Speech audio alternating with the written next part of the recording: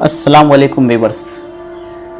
आज की हमारी टॉपिक है कि इबादत क्या है, पूजा क्या है, वर्शिप क्या है।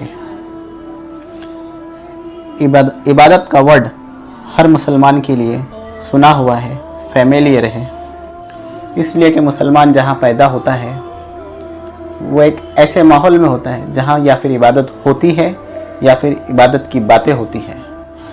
इबादत का नाम सुनने के बाद यकीनन आपके दिमाग में ये बात आई होगी कि हो सकता है कि नमाज के मौजू पर, रोज़े के मौजू पर, ज़कात के मौजू पर या फिर हज के मौजू पर टॉपिक हो सकती है।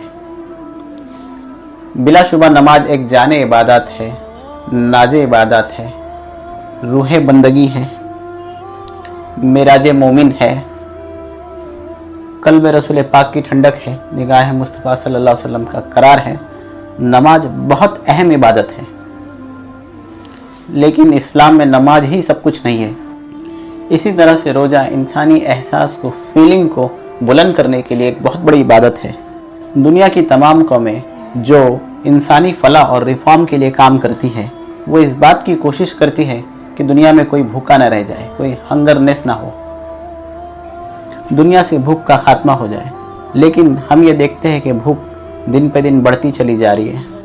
पहले कुछ इंसान भूखे हुआ करते थे, लेकिन अब दुनिया की बहुत सी गरीबी कंट्री के अंदर, अफ्रीकन कंट्रियों के अंदर पूरी कौम, पूरी लोग भूखे नज़र आते हैं। ये भूख इसलिए बढ़ रही है कि जो लोग भूख का इलाज करना चाहते हैं वो ये खुद नहीं जानते कि भूख क्या है, वो कभी भूखे रहे ही नहीं। लेकिन अल्लाह ने साल में एक महीने के लिए रोज़ा फ़र्ज करके बंदों को ये एहसास दिलाया कि हमारी एक माह की इख्तियारी भूख का जब ये हाल है और किसी गरीब मजबूर को टाइम पर खाना ना मिलने पर उसका क्या हाल होता होगा। To realise about the hungriness people in the month of Ramzan. इसीलिए रोज़ा भी इंसानी फलाह के लिए बहुत अहम हैसियत रखता है। हज the concept of unity of Islam जो है उसको बहुत ही खूबसूरत अंदाज में पेश करता है। पूरी दुनिया डिवाइड है, कलर में, रेज में, लैंग्वेज में, रंग, नस्ल और जोग्राफिकल सिचुएशन में। ये चीज़ें इंसानों को डिवाइड करती हैं। लेकिन जब आप खाने काबा के सामने जाते हैं तो एक ही रंग में जाते हैं, एक ही लिबास में जाते हैं, एक ही अंदाज में जाते हैं, एक ही कलमा आपकी ज़ुबान पे होता है और अल्लाह के एक ही घर का आप तवाफ़ करते हैं। तो इस तरह से रंग और नस्ल के फ़र्क को आप भूल जाते हैं। वहाँ ये कोई नहीं जानता ये जो एहराम पहना हुआ है ये अपने मुल्क का बादशाह है या गरीब है, और ये जो एहराम पहने हुए है ये अपने मुल्क का मालिक है या मजदूर है। वहाँ अमीरी, गरीबी, काले, गोरे, ईस्टर्न, वेस्टर्न सबका फ़र्क ख़त्म हो जाता है। जो इस्लाम का मकसूद है कि इस्लाम सबको बराबर और एक जैसा देखना चाहता है। तो इस तरह से खाने काबा का दीदार और हज और खाने काबा का तवाफ़ इंसान की बराबरी के लिए एक अहम हैसियत रखता है। और ज़कात के बारे में आपको तो मालूम ही है कि पूरी दुनिया का मुसलमान 2.5% यानी 2.5% ज़कात अगर निकाल ले तो पूरी दुनिया के अंदर मुसलमान कहीं भी मजबूर और भूखा ना रह जाएगा, गरीब ना रह जाएगा। ज़कात के सही ना निकालने की वजह से एक तरफ गरीबी और गुर्बत पाई जाती है, भूख पाई जाती है, और एक तरफ कुछ लोग ऐश व इशरत में झूलते हुए नज़र आते हैं। बैरकैफ नमाज, हज, रोज़ा और ज़कात ये सारी इस्लाम के पिलर हैं। They are the pillars of इस्लाम।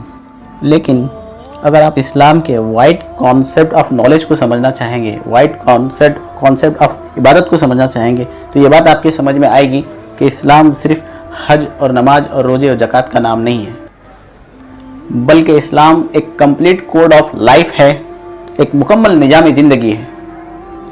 और मर्द मोमिन का ज़िंदगी में उठने वाला हर कदम इबादत है।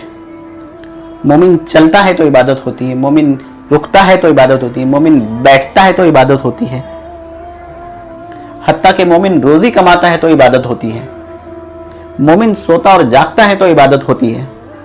मोमिन की पूरी ज़िंदगी इबादत है। और हम और आप चाहे तो अपनी ज़िंदगी को, अपनी एक एक सांस को इबादत में चेंज कर सकते हैं। उसमें थोड़ा सा हमें अपनी लाइफ स्टाइल में चेंजिंग पैदा करनी पड़ेगी।